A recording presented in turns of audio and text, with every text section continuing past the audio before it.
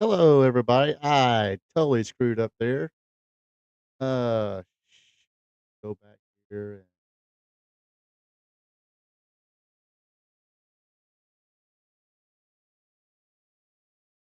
and Yeah, he was gonna get the year, so I kinda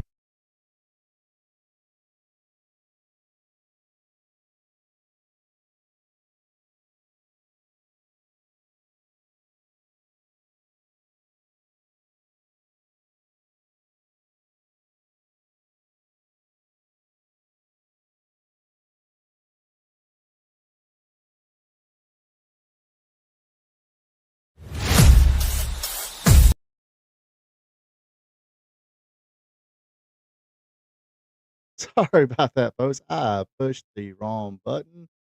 Let me see if I can.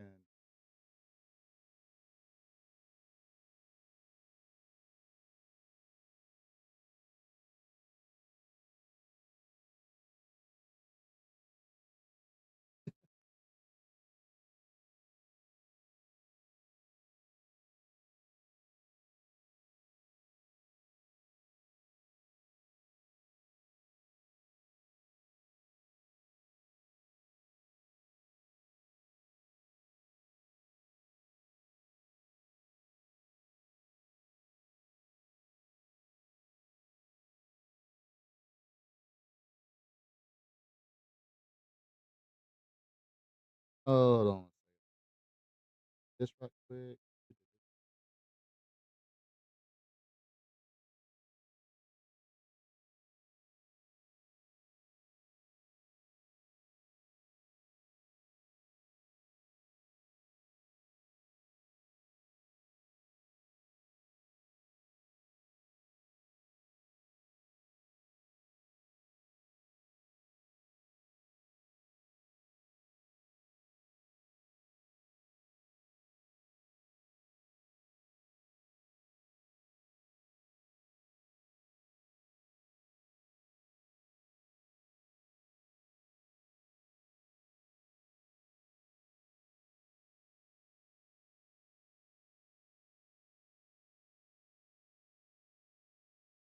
Oh, I even got the wrong.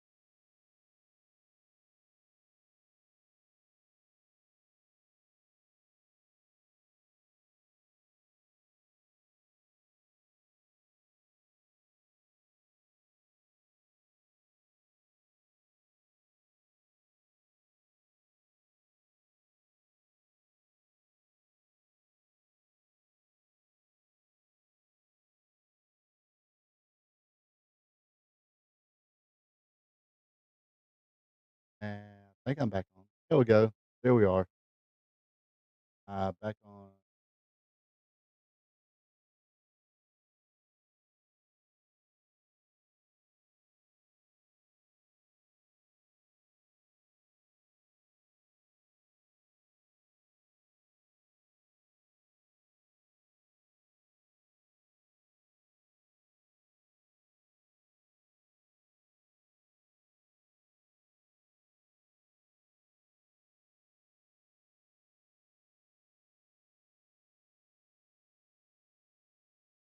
And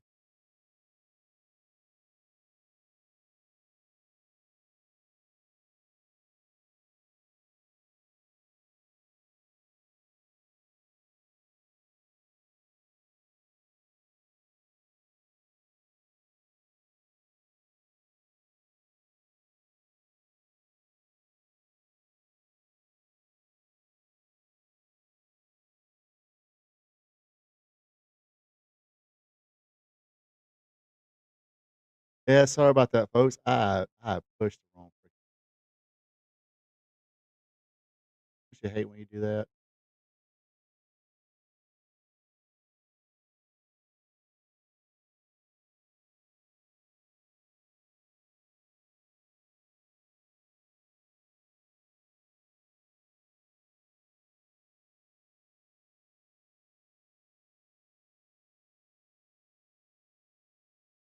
Okay. Oh my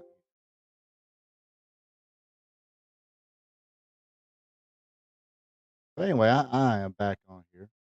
Okay, let's try this again, except without pushing the wrong button. Uh, oh gosh, that's embarrassing. Not like I haven't done that before. Yep, I'm back. I pressed the wrong button. So we'll try this again. Going live in a living color with the raw recap. Take two.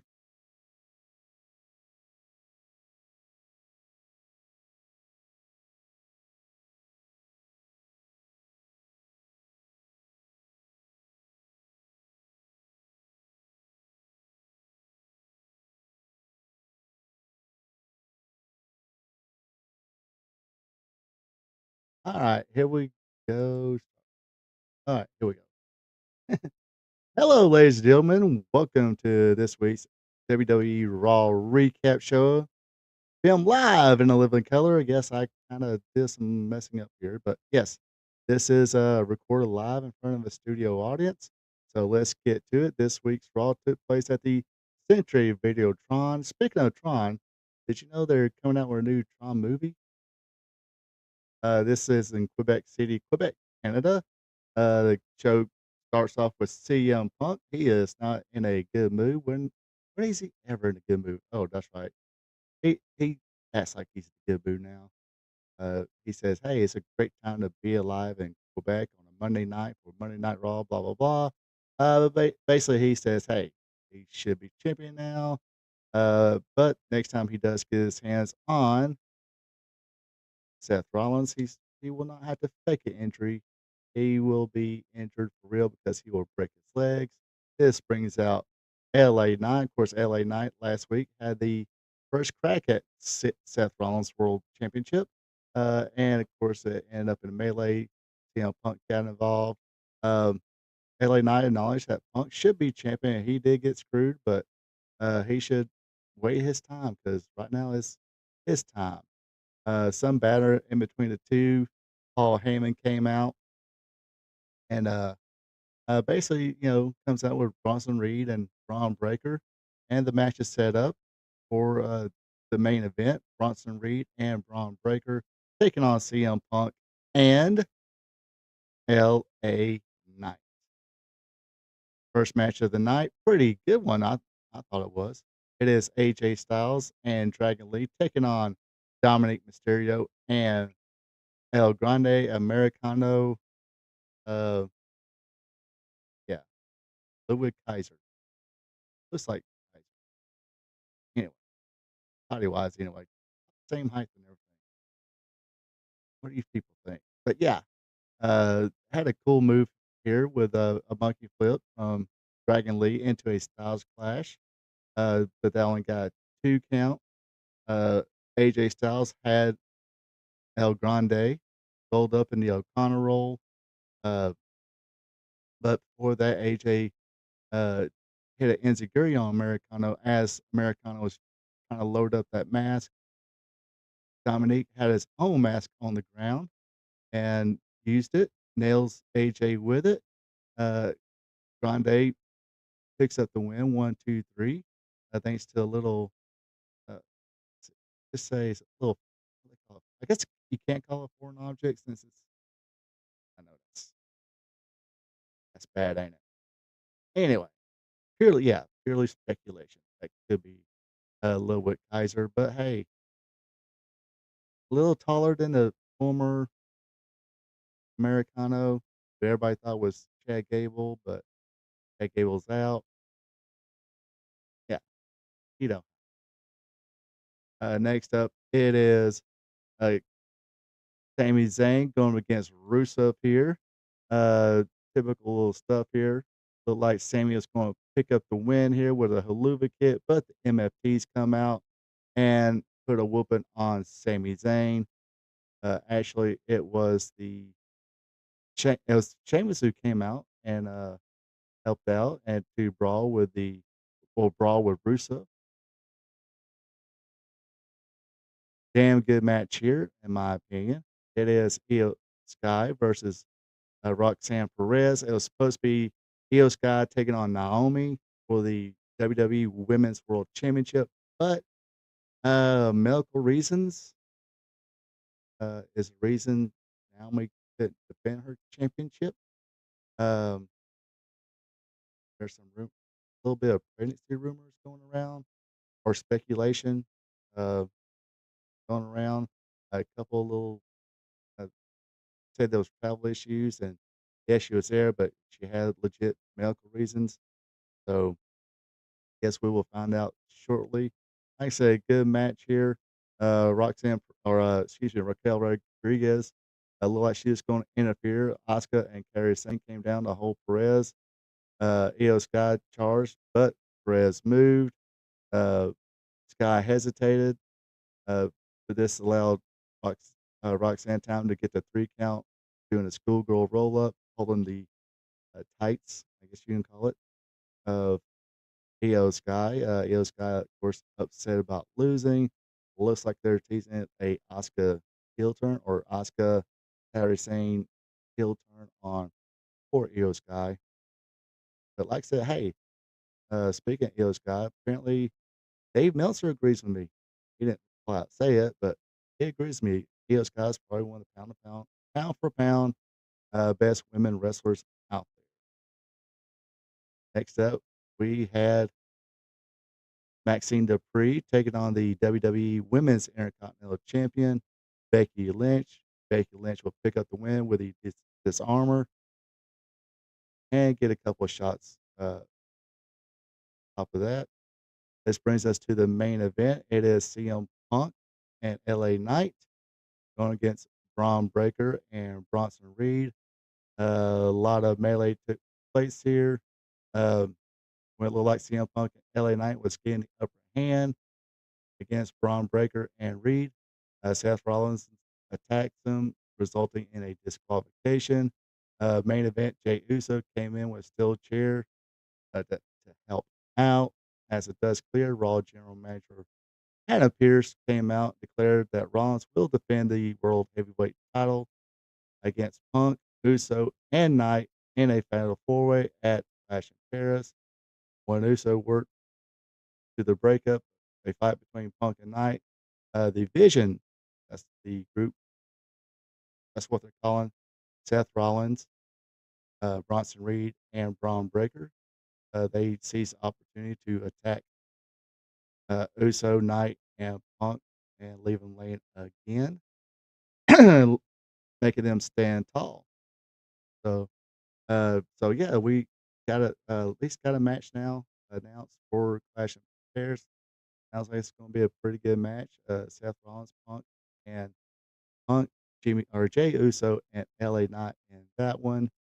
Um, but yeah, this concludes this week's WWE Raw recap.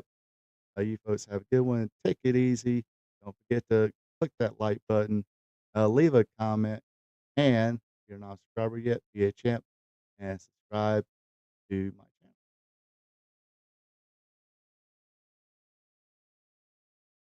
Okay, that sounds like shit. Um, actually, yeah, the the recording sometimes sounds better. Yes, Vita. CM Punk was robbed. Everybody thought the Money in the Bank winner was hurt, and he was. Uh, now, do you really call that playing? I mean, that's a long time for someone to play possum. But yeah, thank.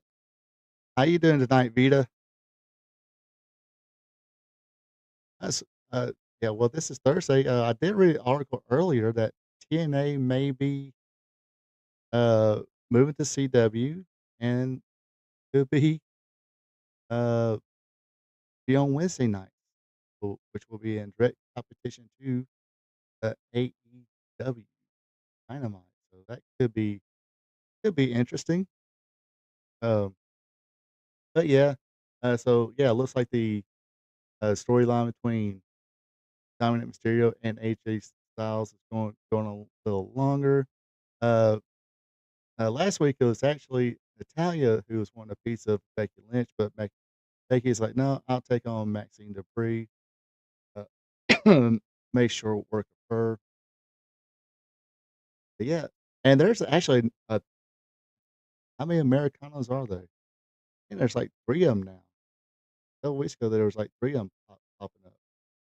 I don't know if I don't know if old face Chad Gable is coming back soon.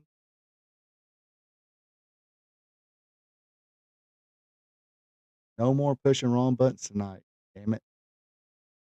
Done push enough wrong buttons.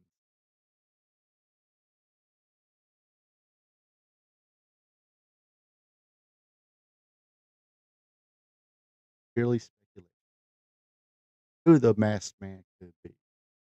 All right, let's go ahead and kick over and do a little dynamite recap. Go that pretty picture in. Break. Um, so let's do this. Oh, before I really get lost.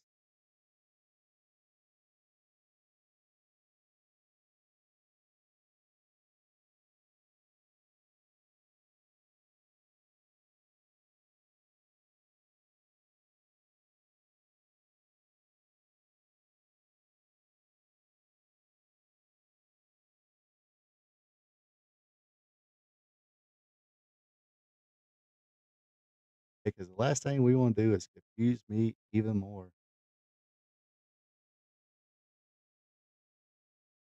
All right, here we go. Hello, ladies and gentlemen. Oh, okay. That is the right button. Hey, do I keep fading in and out, by the way? As I move, like if I move around, am I fading in and out, or if I stay still, it stays focused?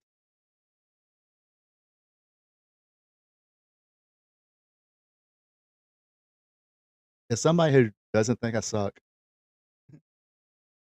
uh, got in my DMs, what's Joey, I think his first name is. If you're watching this, dude, I'm bad at it. It could be tagged on you can have a big T-shirt on there and have a Superman symbol style print of your name. I'll forget in like 2 minutes.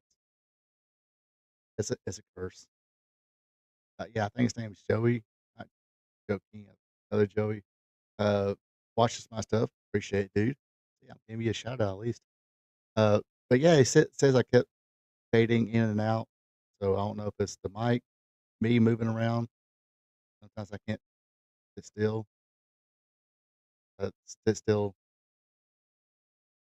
sit still too much. I just get achy, like us old people do. Get achy. Anyway, let's kick it on to Dynamite. Anybody watch Dynamite this week?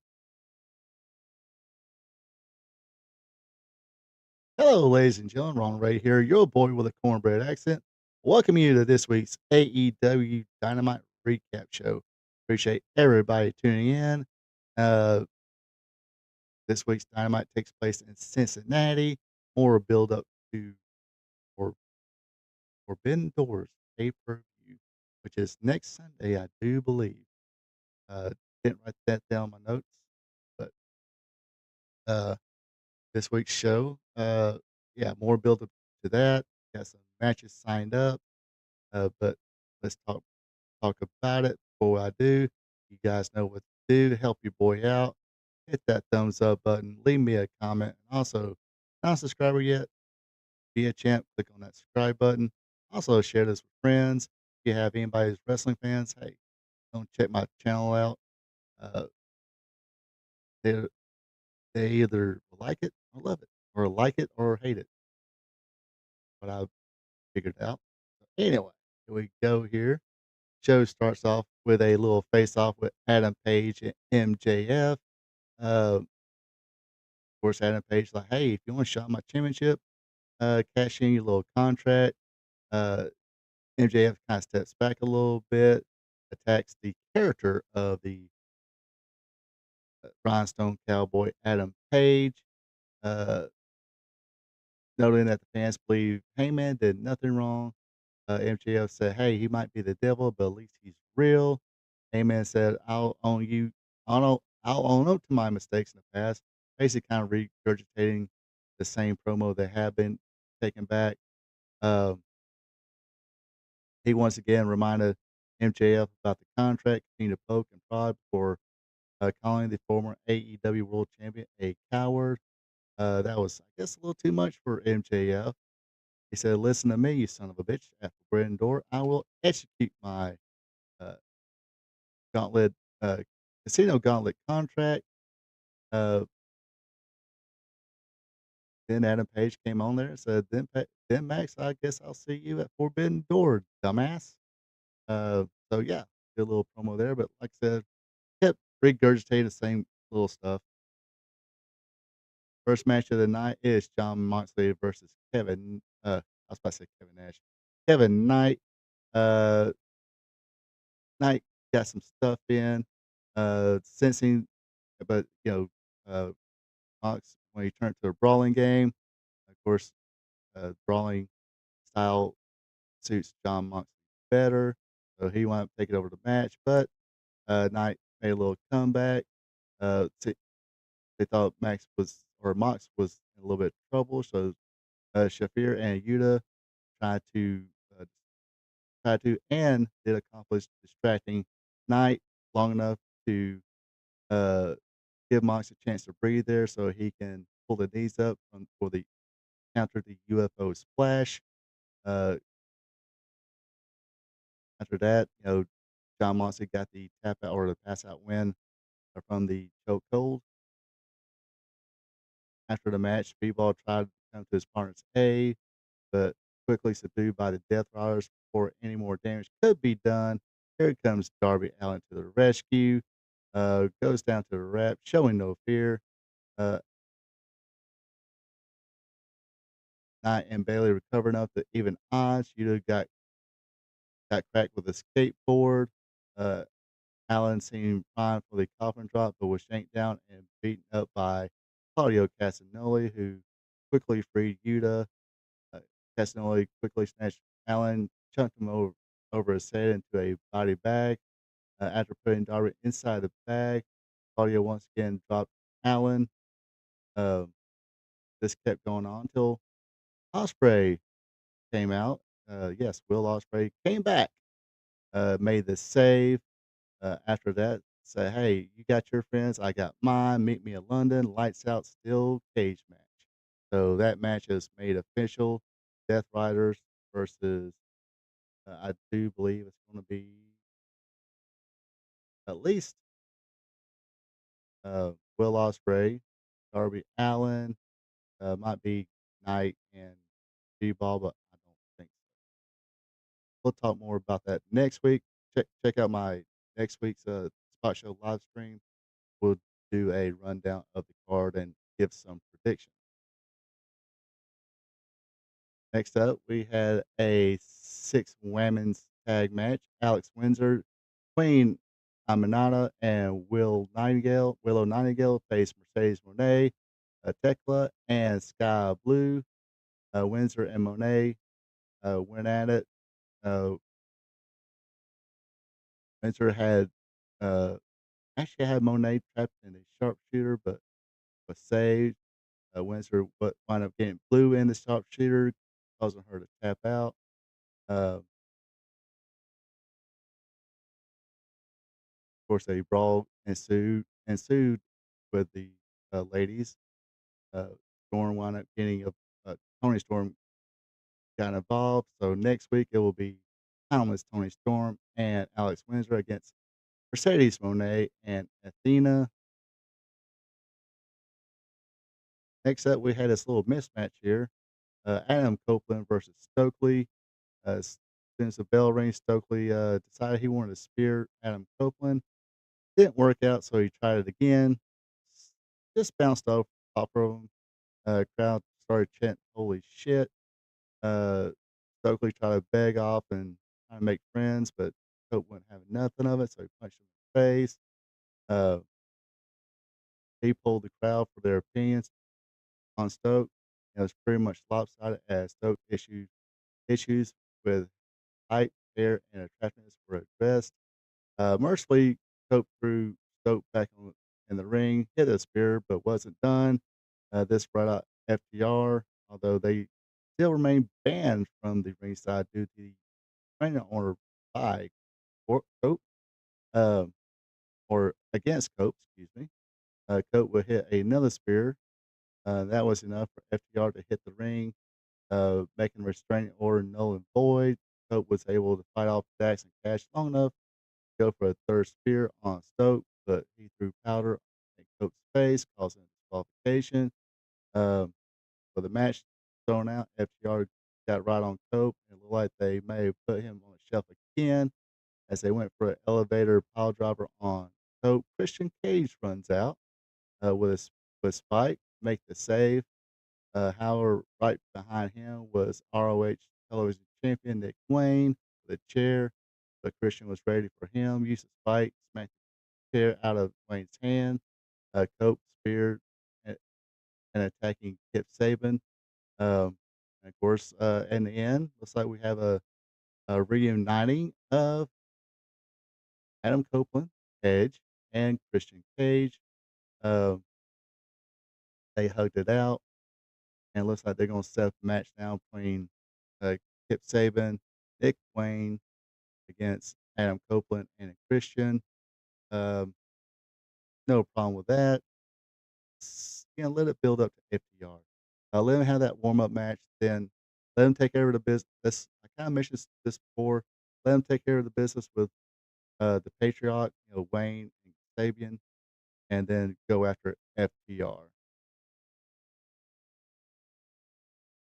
After that, we had an 8-man tag match.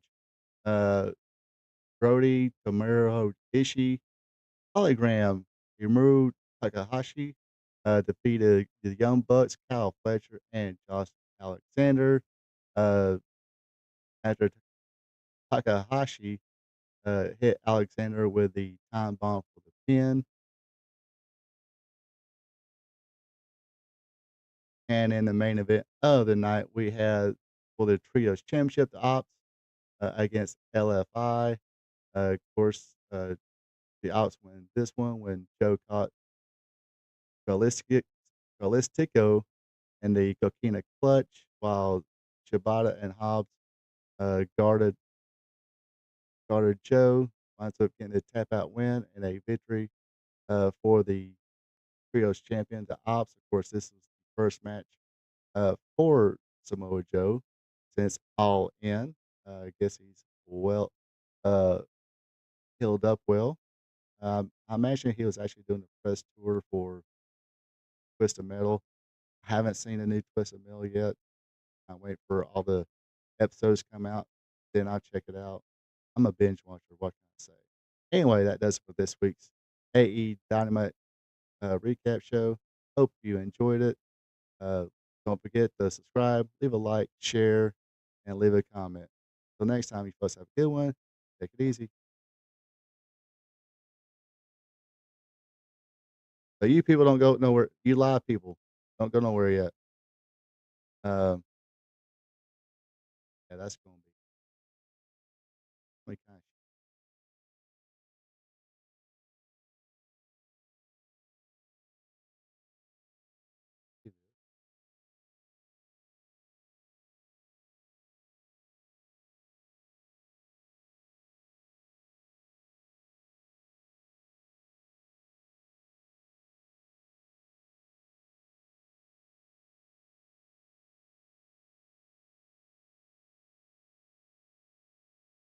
I mean, I hate to say this, but tell the honest truth. I watch bits and pieces of it. Um, you know, still, I mean, I know it's not the cool thing to say, but I still dig John Moxley. Um, and anything FTR is involved in, like watching that, even though it is involving uh, Nick Wayne and Kip Saban, or excuse me, Edge and Christians, which I think is going to be good matches, or at least one or two good matches they'll squeeze out of it.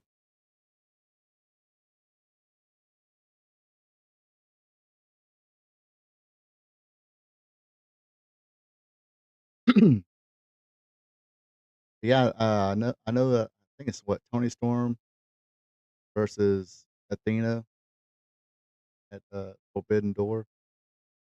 Should be an okay match. Just said they just got that problem letting drag out too much. Just not good. Not sure. I know it starts at 1 p.m. here, I believe. Not sure if I'll get it though. Uh, I'll really. I'll be going out of town again next week, and for next few weeks again. Be that finally the Rockmart, Georgia site is supposed to start next week, so be heading up there. Thank goodness. Let me get towards whether there's no gnats. Hopefully, get away from the gnats. I don't think there's gnats up there. Oh my gosh, I mean, like I do wear like some bug spray, but as soon as you start sweating, sometimes it just or they get kind of immune to it. I don't know what it is. They'll and they like I said, they'll fly like right there, right where I mean, almost in your eye. It's almost like they want to smack you. They want to make you smack yourself in the eye. But yeah, those are some.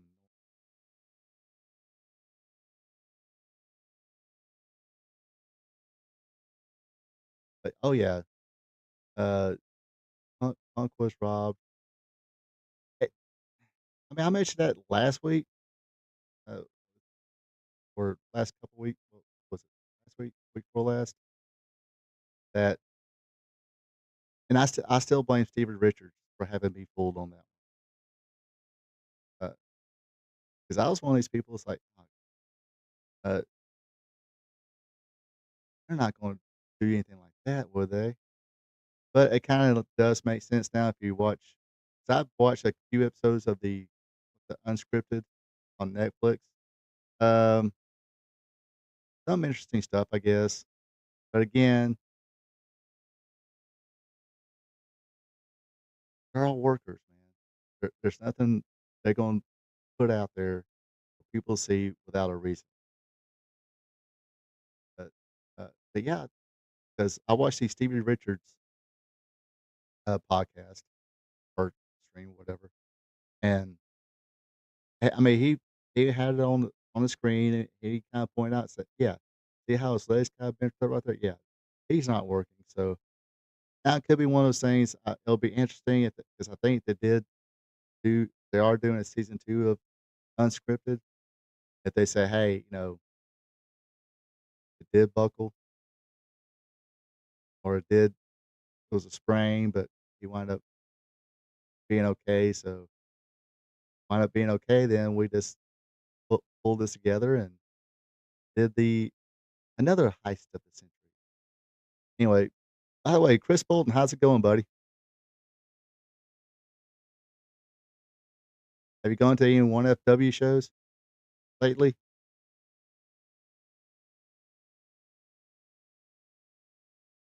Which, by the way, if you are in Georgia, uh, I think they do go out of state too, but I can't remember. But they usually do one or two shows every week, Friday, Saturday. I think they do a Monday night show as well. Pretty good, pretty good shows, I think. So if you're in the area and see a 1FW car in your neighborhood, I'd recommend you check them out. Uh, not not too shabby, if you ask me. Uh, Speaking of what could be a work or might could be a work, seems like Karrion Kross and Scarlett have, not really been let go. Their contract ended, so as of right now, they're at least what they're telling everybody, that as of right now, they're not with the WWE. So as of, let's see, 8:48 on 8/14, they're not as far as I know, they're not part of or they're not in WWE that have just left. They're free agents right now. Uh, got the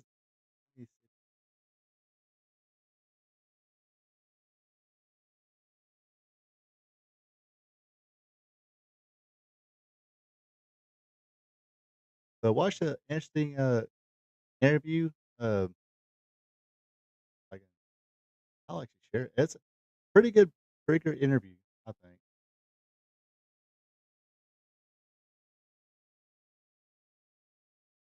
Right, go ahead, share it on here, Facebook.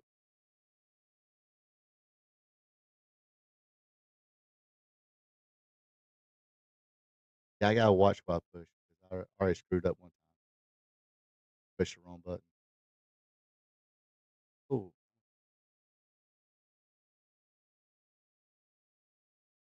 but yeah, what's this guy's name? It's the AH show, Ariel Helwani. Hope I pronounced that right. If not, blame the Southernness in me. But that was a good interview. A few takeaways I get, one of the questions he asked straight up, "Is this a work?" Ross said, "No, this is all legit, all real. Uh, we are not signed with the WWE at all. We're not signed with any company at all."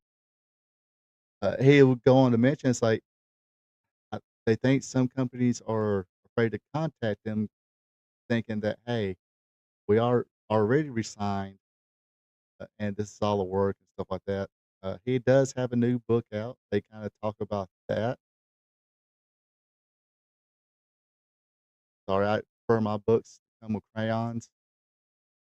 I don't know about anybody else. Not so many words, maybe more pictures, maybe. Of course, I'm at an age where I won't picture scroll it myself.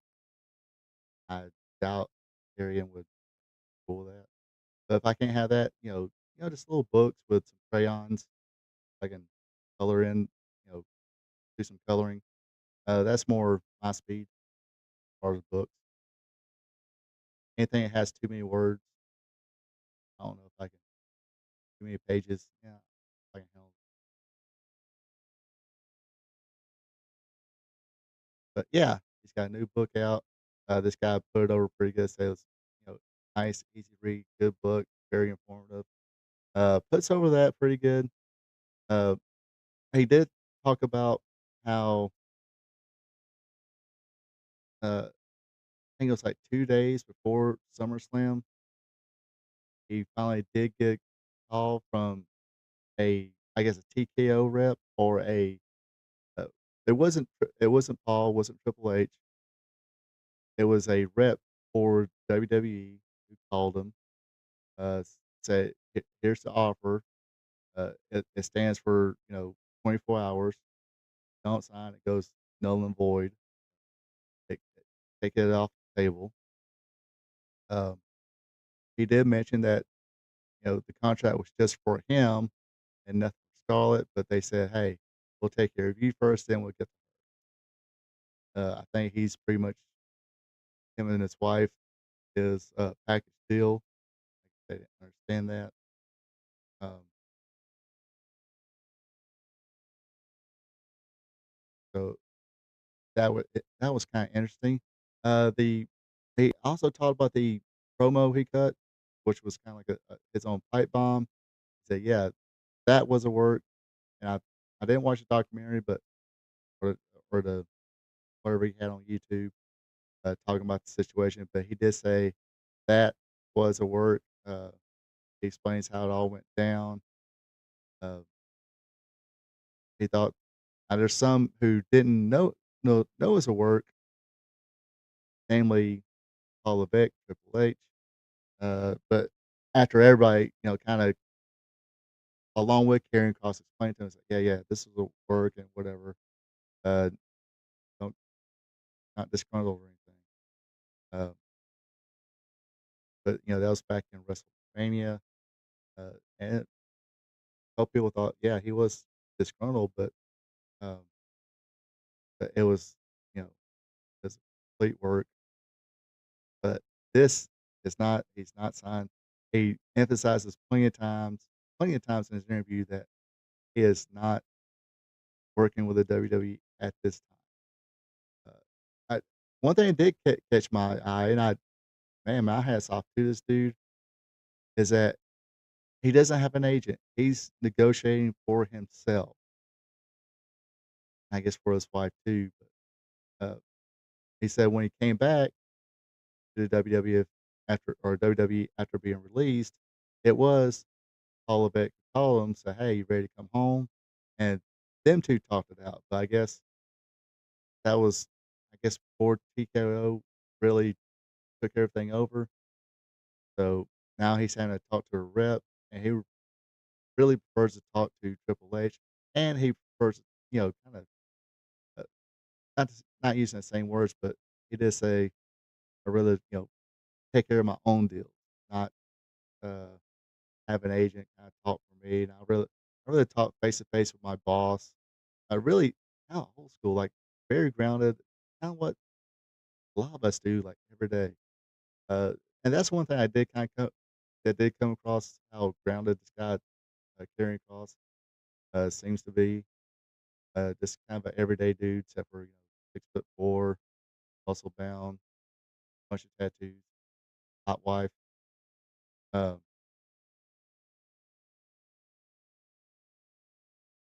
let's see.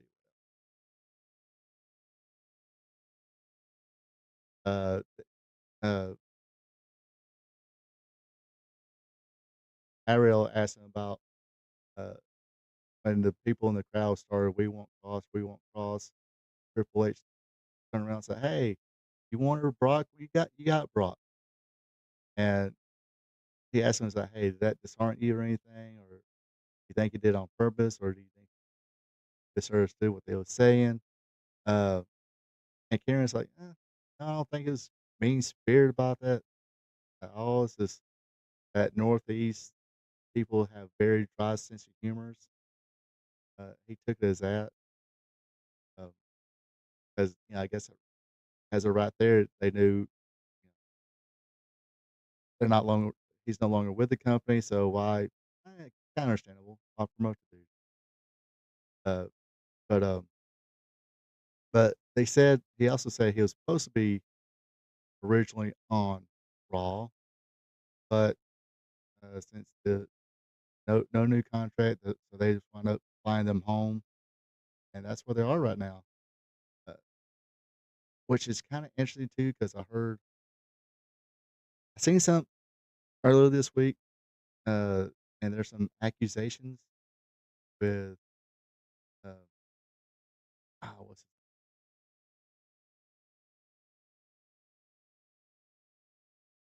last name?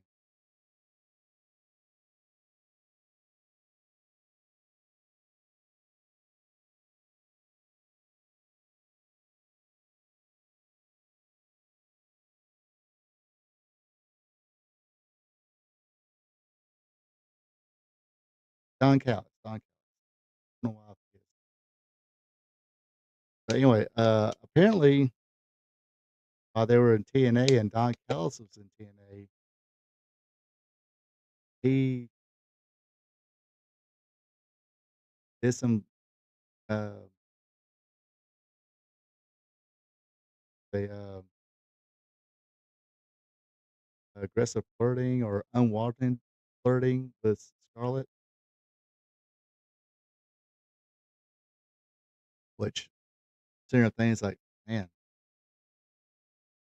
he did that and he's still alive?" Ross is a guy who he can take care of himself. I think he's MMA trained, um, but Charlotte must have said, "Hey, don't worry about what it'll handle itself." But so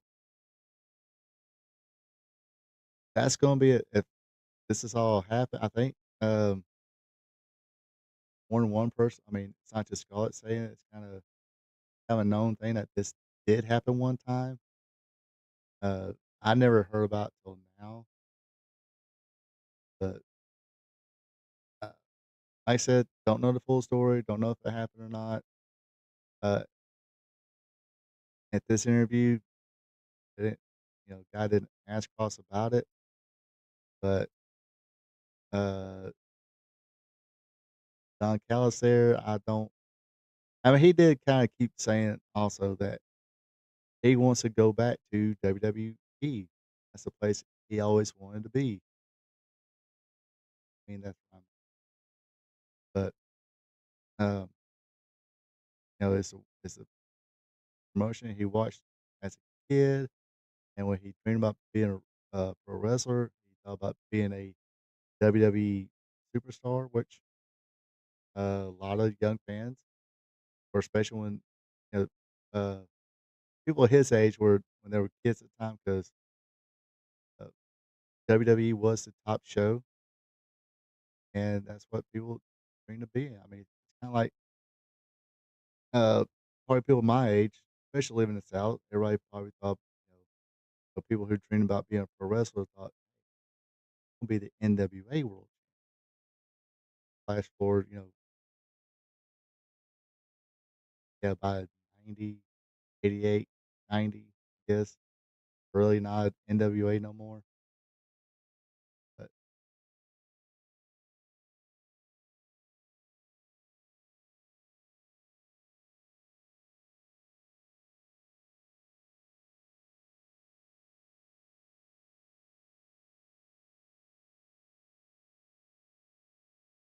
But yeah, like I said, part where Don Callis is still alive. I wouldn't say Karen would have killed him, but I'm pretty sure if it did happen, I don't can't remember the year, whatever that Cross or that time he was Killer Cross and TNA that it might happen, but for sure if Tony Khan calls him, it's gonna be, hey,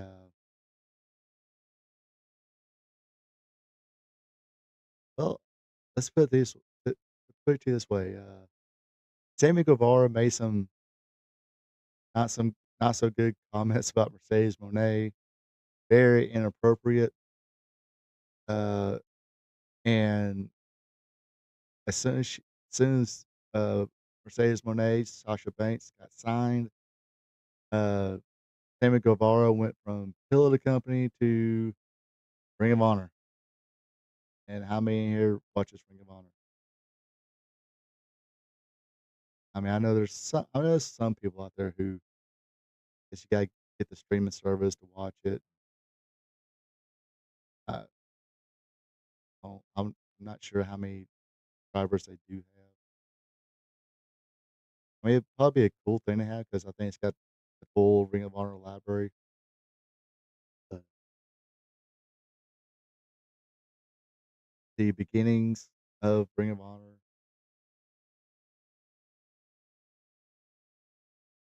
up to about maybe 2012, 2015 maybe, probably the best years. They had a lot of talent come through there and a lot of people they kinda made, so it has, its place in wrestling history, but I seen a post on social media the other day about, "Oh, Tony Khan's so great to keep Ring of Honor alive." Like, "What you doing?" think he's, 80 new stars using Ring of Honor. But yeah, so, if he does get signed, I wonder if they're gonna give, Don Callis the Sammy Guevara treatment, uh, but I think he's legit friends with Kenny Omega and all that whole crew, so, uh, but the thing about it though, uh, yeah, there is, and they actually touched on that in this interview as well. It's like, okay, he even mentioned it's like, okay, if I go to TNA, people are gonna say this was a work because TNA are kind of in a partnership with the WWE. So if he goes to anywhere under that, you know, WWE umbrella, everybody's gonna think, okay, this was all a work. He was, uh, fully with WWE.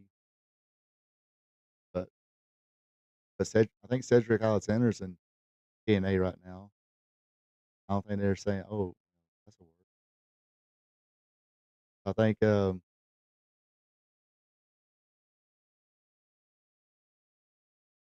yeah, Karrion, like I said, not saying Cedric is not talented and whatever, but he don't have the Cedric don't have the buzz behind him like Karrion Kross does. So that could easily be, hey, we ain't got nothing for you to do here. Why don't you go to TNA? And it's kind of hard them saying the same thing to Karrion.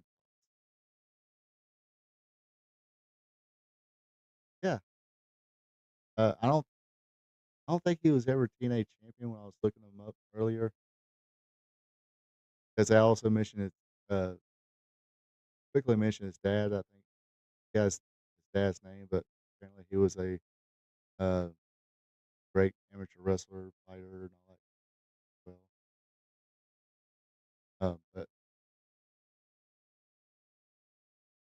let's say if he does go to AEW, they will not have no choice but to push him to the top and bypass everybody almost. Almost like I hate to say it, Hulk Hogan 1984 when he came when he came back to the WWF and beat the Iron Sheik, Hulkamania is born, blah blah blah. Uh, right now there's a lot of buzz behind him, and if you do that mega push with Karrion Kross in AEW, will it be? Is Karrion Kross that guy to get him like 2, 3, 4, 500 more? I excuse me, 2, 400, 500 more viewer, 500,000 more viewers. There you go. I finally spit it out. A week. Is he going to see that guy to kind of say, okay, he's our star now. He's our big star. We're going to put the rocket ship up his ass and shoot him to the moon, or however they say it. But I think at this point, you can't just you can't just do Ricochet with him. You can't bring him in, have a couple of victories, then push him aside. Or hey, you go do whatever you want to do. You want to do some goofy laugh and some cringe promos? Go do that, or whatever you want to do. Like, can't really do that with Karrion Kross. It's like if you bring Karrion Kross in now with the buzz he has, the name he has now, he's not mid Carter. You gotta put him in that main event spot. I mean, at least I would say the same for Bobby Lashley as well, but at least Bobby Lashley came in with Shelton Benjamin and MVP. They're teaming together, and I mean, look at them. I mean, they're uh, Bob Holly beating everybody. put the belt on me and we beat everybody. But if can some of the people there put their egos aside and let Karrion Kross kinda surpass them? Now, again, a TNA, I now that would be a thing too, because like I said, I mentioned before, it looks like CW wants TNA on their channel. They already have NXT, I believe, but yet they're willing to, give TNA a slot, and that's national TV. That's nationwide, that's on, not only cable, that's, um, that's on, normal TV, normal nationwide TV, not just cable. CW, so yeah, that was the home of the Arrowverse, Arrow and Flash, Supernatural. Yeah, that's mainstream TV. I don't know how their ratings were never that great, you know. I mean, I don't know. I mean, I know, NXT draws a lot of eyes on it, and I guess they believe TNA can bring some more eyes on their channel. And if Karrion Kross, who has a lot of buzz about him, comes to TNA, that could be really good for TNA, possibly. But it's like he said in that interview, if he goes to TNA, people look at this as, "Oh, it's work," it's a him in at TNA. I mean, it somewhat seems like that as well. It seems like, okay, he just had a book released, and he says in the end of this book that just got released, it ends when he, uh, re-signs with WWE, back to WWE after being released. So, but like I said, it's kinda weird. I mean, I've been watching it. I mean, I know they gave him that goofy little before he got released, they put him that goofy S&M demolition outfit, and the fans went nuts to say, "Oh, this sucks, it sucks, it sucks." Then he got released, and everybody's like, "Well, they released Karrion Kross, and they didn't release this person, that person, this person's still there." But then he gets re-signed, and it's like, he comes out. I mean, I watched the programs, SmackDowns and all that. No one seemed to care. They gave him his own stable, the Final Testament, with, AOP and Paul Ellering, and even even got the Final Testament a win over the Wyatt Six, and no one seemed to care. No one seemed to care until he did that WrestleMania promo. He had a even before that, he had a few with AJ Styles. AJ Styles got a good pop, but, play, uh, what's I hate to say it, crickets with Cross came out. Now it's great he's getting a, big buzz now. It sucks that, had to wait, had to come together at the end of his contract instead of, you know, when he first came back, had a buzz, and kept building, kept building. And of course, if he had that buzz and that support from the fans, uh, throughout the last, what, 3 years 3 years or so, 4 years, um, pretty sure they would sign him with big money. But he said when he met with the people, with the reps to renegotiate the contract, all he asked for is like, "Okay, you got any analytics to go by, to let's look at this and look at the number they've given me." Uh, you know, it's the analytics fitting what you wanna pay me. Let's look at it. Like I said, I do give my hats off to him that he's wanting to no agent, is going in himself, wanna talk to a boss, old school style, and all that. Joe King, I actually watched a few of his last matches, but yeah, it's not like he's not gonna give you a 10-star match. I mean, those 3 matches with Sami Zayn is like and, despite my opinions on Sami Zayn's pretty good in the ring. Um,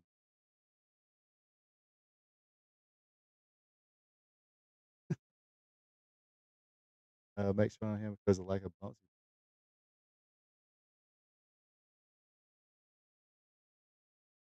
I kinda would not hindsight bid 2020, it's like, okay, he's at the end of his contract. Hell no, I ain't taking no hard bumps.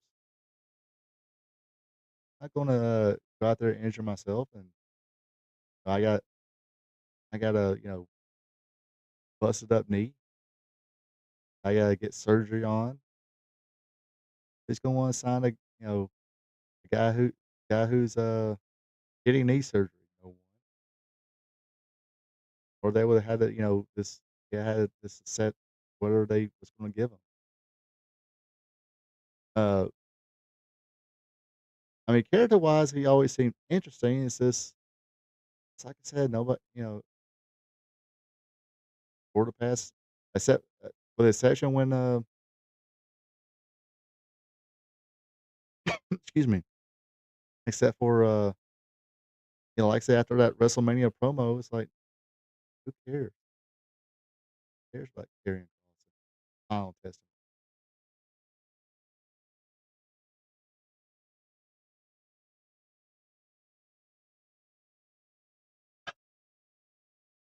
Now, come on now, think about it. Back in the day, a couple guys in ECW named Jerry Lynn and Lance Storm had a match where neither one of them took a bump. So we really talking about, are we really gonna make fun of a 6'4", however much he weighs guy for not taking a bump? Especially at the end of his contract and he's not been renewed yet. But I get it. It is funny. Well, I mean, what's gonna be funnier than that is like, if he goes to TNA, the only person I guess he would bump for, let's see, Powerhouse Hobbs, yeah, he'll have to bump for, or he'll make him bump.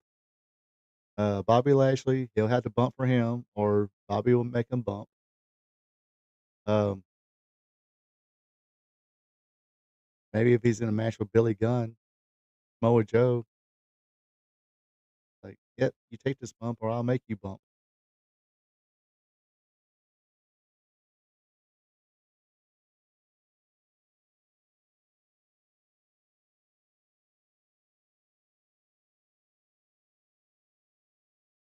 But, yeah, I mean, like I said, I never really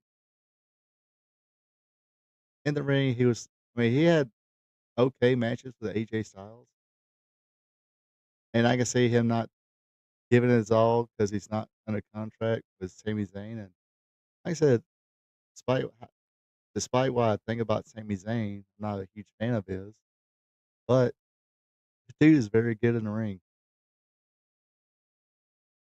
Uh, kinda that AEW indie style where he doesn't let anything register. He goes from, uh, move, move, move, move. I get hit, I die. I get a few hits on me, then I die. Yeah, I mean, he looked almost, uh, he's clumsy. I don't know if it was because he doesn't wrestle that often or what it was, but or he hasn't wrestled Sami Zayn. Or like I said, he was kinda body-wise, making sure he did not get hurt and not have a contract yet.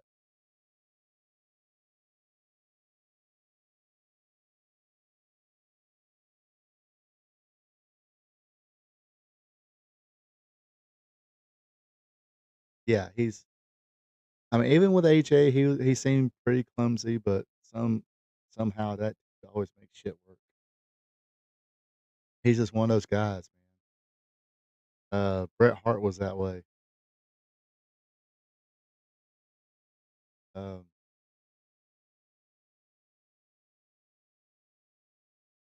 Kinda just make people look like better than what they are, or take clumsy guys and make them not look so clumsy. Like, okay, what can you do well? Okay, we'll work around that. I know how to work around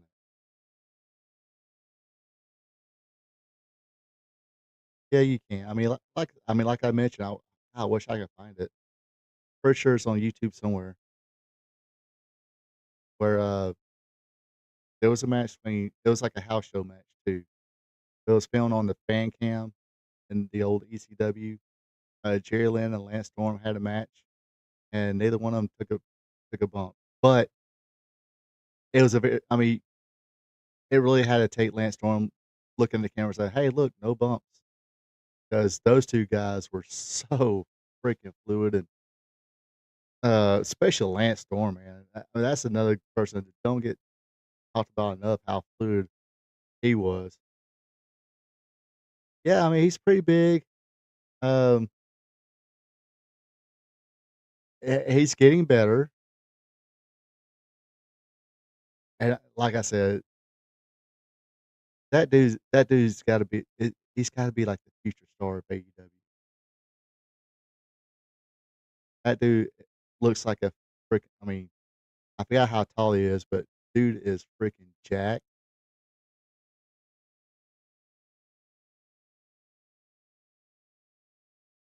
Um, but, and look how big Powerhouse Hobbs is. He's not gonna take I mean, he'll take his bumps. I mean, him and, uh, Big Bill had some matches, and, yeah, they both took some bumps. Nothing too great, nothing I mean, okay, they're not neither one of them's gonna do a hurricanrana and, uh, shooting star presses and suicide plunges and running the ropes to a backflip. No, they're not doing that shit. But, yeah, Hobbs is getting better. Um, and he seems to get it. It I think he's learned I think the reason they put him in there with, Samoa Joe so he can, learn a bit better because Samoa Joe, big dude, he's not gonna take a cross body block. He ain't gonna take that, but, yeah, he'll bump for you. But you try to cross body block him? No, no, not today. Not today. Ain't Sounds like part of his character.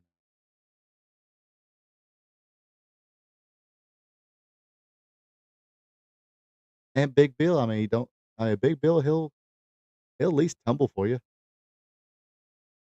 I mean, I see him kinda do some stuff, I'm like, "Dude, you're too big to be doing that," especially with little guys.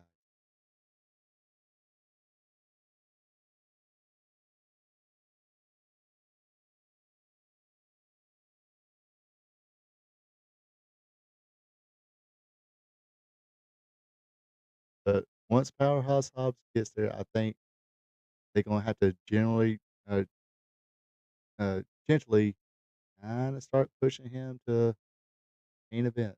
I think he's I think he can be that if he do the promo well and stuff like that and, learn a little bit more. Um I mean,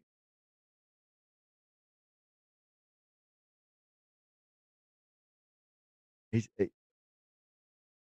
junkyard dog, dude. It yeah, like, almost like he can be like a modern day, JYD, um, who's that other guy?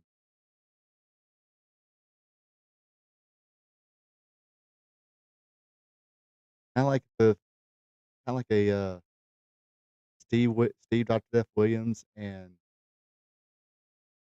JYD, the power moves of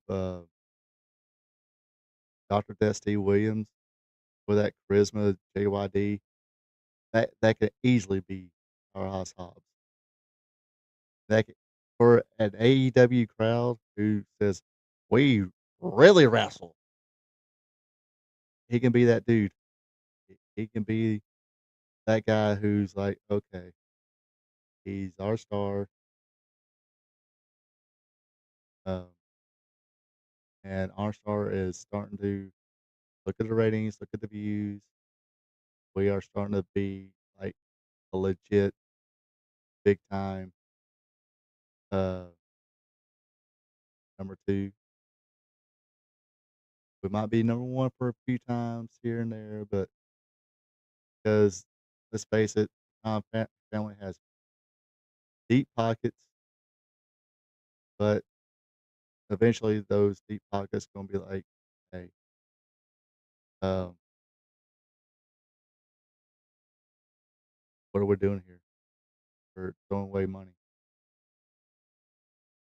But eventually they're gonna have to start proving their I mean, even to I think, Warner Brothers Discovery are about to be sold to somebody else. Somebody else gonna look at those numbers. They could be the biggest wrestling fans in the world, but they're gonna be like, "Alright, we're not gonna give you any more money. Well, you wanna stay here, we're not gonna double your money. I'll give you a $2 raise, about it. Maybe a cost of living raise, but we're not we're not gonna shell out $1 billion for you guys. Can't even make you know, can't even break even." Like, you gotta look at, like, movies. Like, say a movie comes out, they say, "This costs $150,000,000 to be made."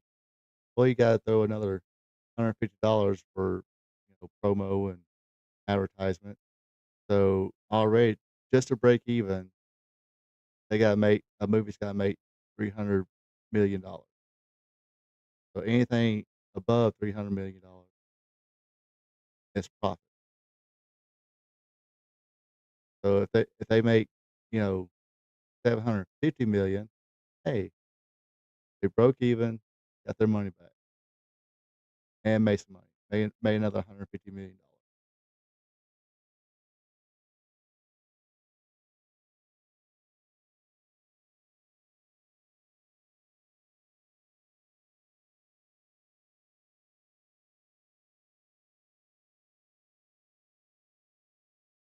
Yeah, I mean, if there's 3 I mean, you've heard me before, if there's 3 guys in AEW I'm really high on, besides Swerve Strickland, I mean, but he's already had his run.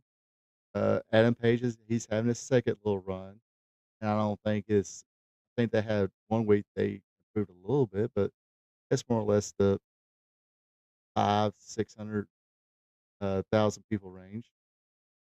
But yeah, I'm high on, uh, Takeshna, Fletcher, Hobbs. Fletcher could be your number 1 heel. Hobbs can be your top baby face. Takeshna be your in between or just a guy you gon' Ta Takeshna and Fletcher too, but Takeshna especially, you'll have your five-star matches with Takeshna. Fletcher can give you some too. Fletcher can kinda be overzealous at times, but, ask Adam Cole. But, uh, Takeshita, his moves look solid, but don't think anybody's, except for the usual, pains of taking bumps, uh, that's what he brings. But,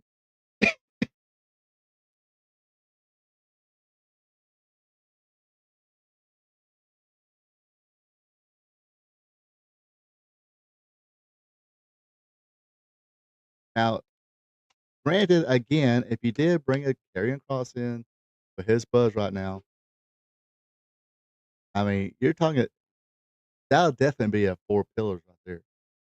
Hobbs, Cross, Takeshita, Fletcher, talking about size, uh, Takeshita, he's probably a perfect build for his size, almost like a little bit bigger Barry Windham, and moves like Barry Windham. It's very smooth like Barry Windham.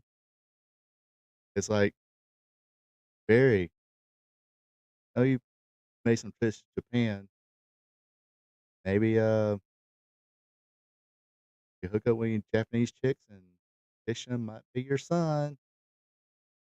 Just but, uh, but Fletcher, I mean, dude's good. He's getting bigger, hitting that gym, um, getting his own little look now. Uh, state I mean, not getting steroid big. He don't need to be steroid big. That's why you get I mean, not saying Hobbs on steroids, but that's why you got a big hoss like Powerhouse Hobbs.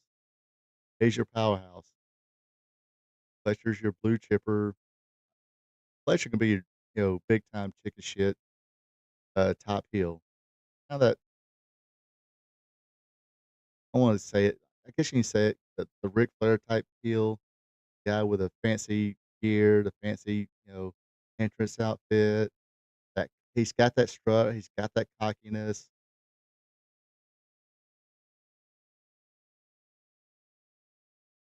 he he bad thing about it, guys will, like, hate this dude because he's that kinda dude, he's like, yeah, he's gonna brag about it, and, he could go any bar, anywhere and be like, "Uh, alright, chicks, I want you, you, you. Let's go. Back to the hotel room."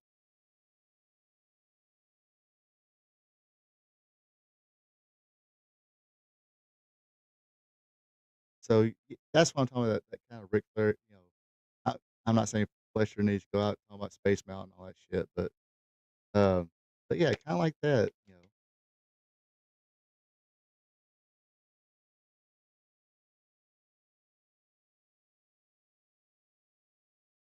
But see, that's yeah, which one I was talking about that dynamic too. You always had that upper class kinda guy, snobby type person, and you got your blue collar person. Back in the day, even before all of us was probably born, a lot of my viewers and, us here right now, it was Bruno Sammartino and Buddy Roberts.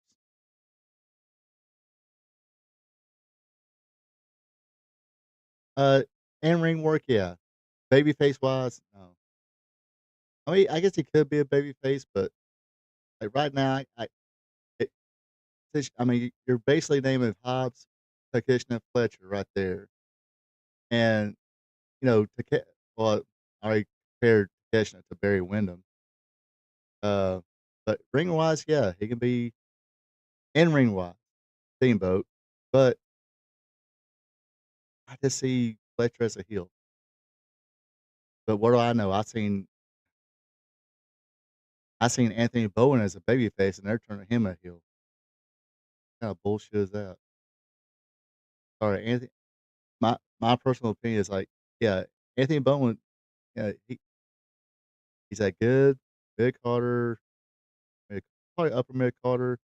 Maybe give the world champion, whoever that might be, a good run, uh, good matches, great matches, but TNA or TNT champion, uh, whatever they call the international continental title, whatever it is, um, that one, um, but I see Anthony Bowen more as a babyface too. Yeah, I mean, again, I mean, Bowens is another guy I've been high on in AEW. So yeah, I am not this AEW hater. They do got talented dudes that need to start elevating. Uh, but yeah, I mean, it looks like to me they're turning Anthony Bowens as a heel, and I'm like, he's a babyface. Uh, his partner was a heel.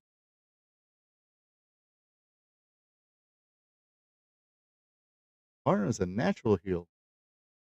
But Fletcher, I mean, to me, he's a natural heel.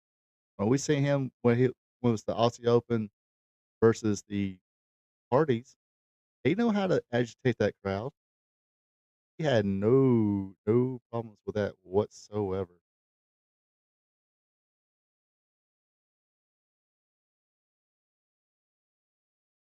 But, Hobbs is kinda like that, old school Mid-South, Hacksaw Jim Duggan, Dr. Des T. Williams, Junkyard Dog type baby that everybody, like, get behind. But like I said, that dynamic, like I said, back in there was, like, Luthez and Buddy Roberts or Bruno Sammartino, blue collar guys, and not Buddy Roberts, Buddy Rogers, excuse me, Buddy Rogers, the original Nature Boy. Uh,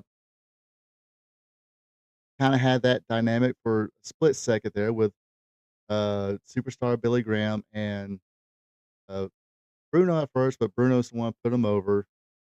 He had Bob back on there. The only part about that is, like, uh, from what I read, it's a little before my time before I started really, uh, watching it a lot, but from what I've watched and seen and heard other people talk, uh, Billy Graham probably should have been the Hulk Hogan, and not have that pure white meat babyface, but it I don't think I mean, even though he did good, had a good run as champion, Bob Backlund, yeah, probably not it.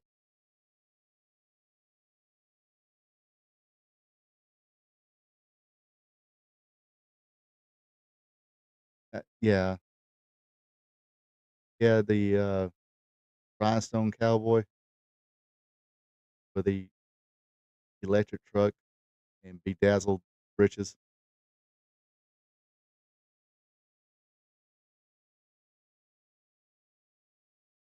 They're they're they're jeans, not chandelier. Listen to the words of Wade Wilson. But, yeah, then later on, like I said, you had Ric Flair, the Rhodes, talk about all the money he had, talk about all the women he gets, jet flying, limousine riding, uh, $2,000 outfits, $1,500. My shoes cost more than your house type deal. But then you had the blue collar guy, the American dream, baby, the dream, Dusty Rhodes, until Dusty Rhodes started wearing fur coats and talk about all the money he got. Mm, but you did have that dynamic still. Then in the '90s, you had uh, Stone Cold Steve Austin from Victory, Texas, or wherever he's from Texas, uh, drinking beer, driving pickup trucks, had a southern drawl and everything. Talking about, I'm gonna drink a beer, drink another beer, drink another beer, eat a couple hot dogs. That's a training regimen. Then you had The Rock, $500 shirts. Call himself the people's champion, but Yeah, there was a few times he did turn babyface, but he always has best stuff as a heel. Uh, again, the $500 shirts, he didn't do the robes thing because I guess the '90s came around and that was kinda like passe for everybody. I don't think anybody really, wore any kind of robes.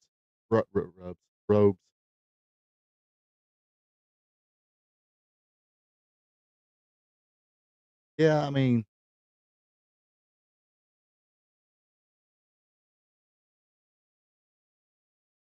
yeah, I don't think he should job or, I don't think he should dropped it to Daniel Bryan or Bryan Danielson, but then seeing that they was kinda like using Daniel Bryan or Bryan Danielson as uh, that first real victim of the Death Riders, and when they thought, "Okay, okay, we're gonna have these Death Riders, and we're gonna have this, secret benefactor," wherever the hell that was supposed to be in, and I then you look at it now, it's like, they didn't know what the fuck they were doing.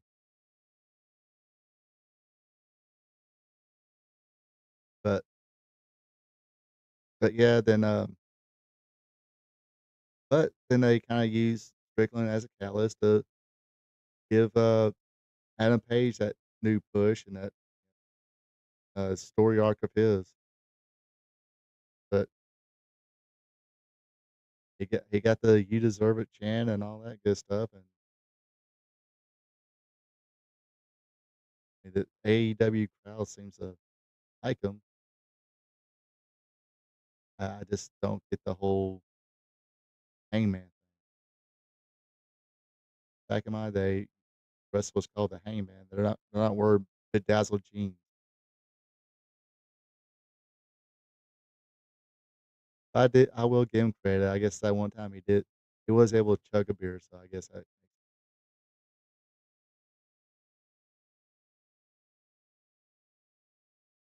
but see, now you can have that dynamic with, just a grounded, one with the people, as you can say, blue collar or whatever, Powerhouse Hobbs, and you got Fletcher, Pretty Boy with the expensive, you know, ring gear and entrance gear and all that. You got that annoying manager with him. And we find him another annoying manager though. I honestly was never a fan of Don Callis, even when he was a jackal. He was I didn't like him in ECW. Funny, it's like they the jackal kind of appeared in a down period for WWE. He left, Stone Cold thing happened, and eventually WWF crushed the competition and bought it. Um,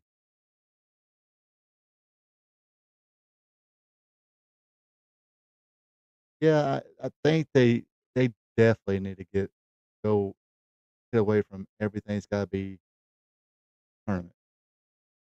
Um, just do like every now and then give like a top 10 ranking to all the uh contenders and go from there. You don't have to have a tournament all the time.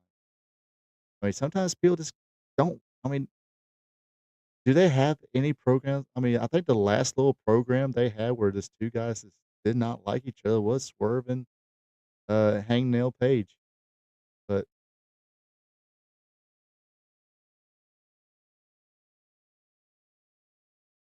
yeah, it's like, like, okay, we're just two competitive people. We want to be champion, but I'd rather cheat.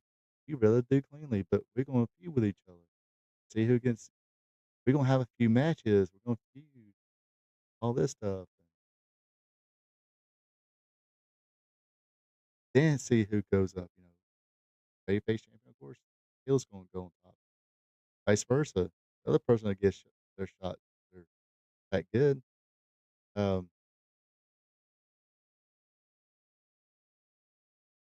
I mean, like I said, or got in my way and or we were partners. She lost us a match, which go ahead, do a cheap little plug here. Tomorrow night, Wrestling Gold Friday night. Check it out here. The theme is when the rooster turned bad. Yes, it's UWF from August of 1987. Uh, featuring Terry Taylor's. I think this was Terry Taylor's first time turning heel. So uh, that would kind of be the highlight of the UWF program. We'll talk more about that tomorrow as we're watching it, of course. But that is tomorrow's watch along. So check that out. But yeah, that they really need can't and even WWE kind of does it sometimes a little too much too. I mean, sometimes you can have, but sorry, I'm kind of stuttering here. They will do like a four-way determine a number one contender, but at least they have other stuff going on as just two people just don't like or people trying to, a mixture of people trying to climb that ladder. Then it's like, okay, we're gonna have a intercontinental tournament, a round robin tournament. Oh, we gotta have a world title qualifier match.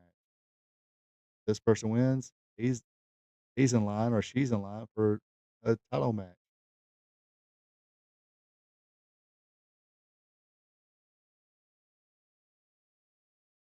And you got people who, yeah, you're gonna have like, okay, you're gonna have nice little story now. You're gonna have the reuniting of Edge and I'm just gonna call them Edge and Christian.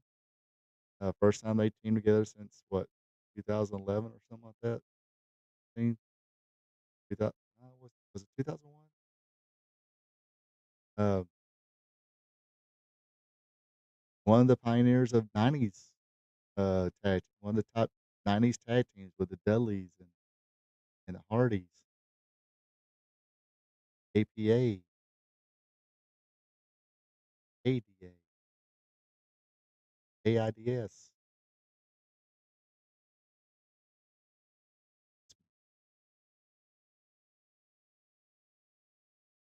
But yeah, I mean,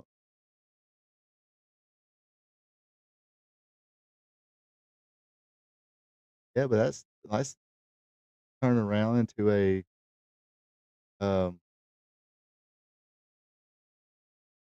they're not gonna be facing each other on Forbidden Frontier or Forbidden Door. Or, MJF's going for a championship. I mean, that the only thing I didn't like about that is the whole bringing, uh, Jay Briscoe's name in. That sometimes it's like,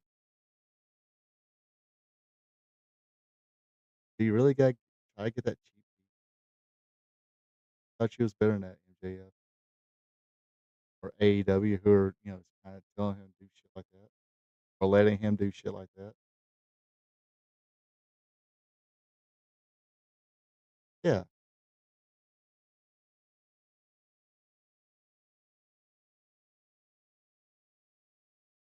Yeah, they just totally dropped it.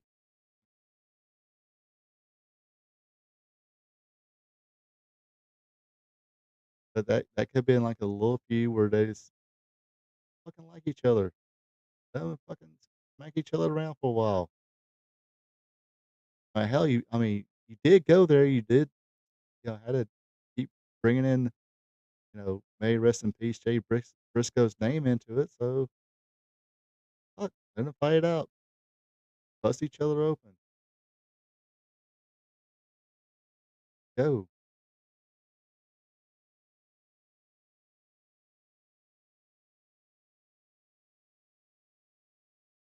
Yeah, it's so crazy what they do. Anyway, it's getting about that time, folks. Getting about, you know, what did I call it? Lights out the old folks home. Got to work tomorrow. Yeah, I mean, you can you can be shocking without doing that constantly. it gets old after a while, really quick. I mean, at least Shane Douglas would 'cause sometimes I think that's what MJF is like between Jericho and Triple H and Shane Douglas. Yeah,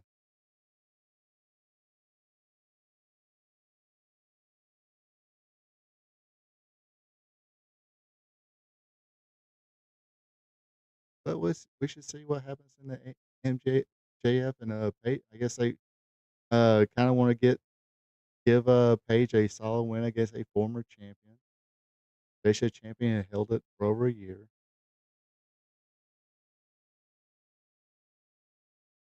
Guess his booking just went all over the place, and people guess people somewhat care about it. Seems doesn't seem like it,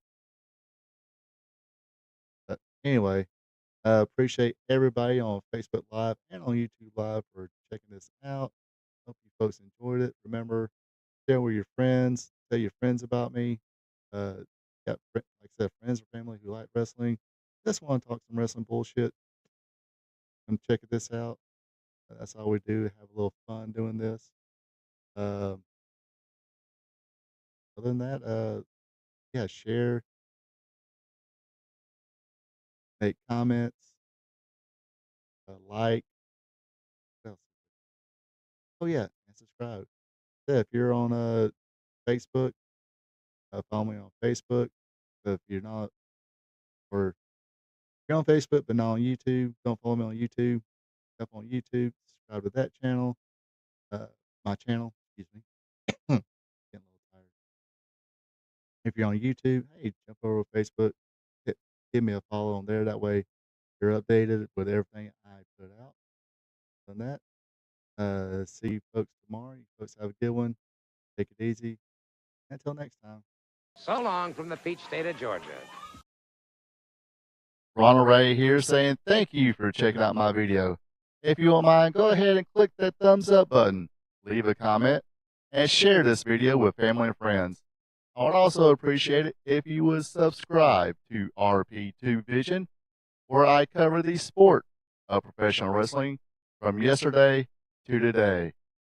Now, don't forget to click the notification bell as well, so you'll be notified when my other weekly content is available, like Wrestling Trivia Tuesday, WWE Raw Recap, and AEW Dynamite Recap. I also have 2 live streams. Every Thursday at 8 p.m., it's Spot Show Live Stream, where I discuss the latest news in professional wrestling.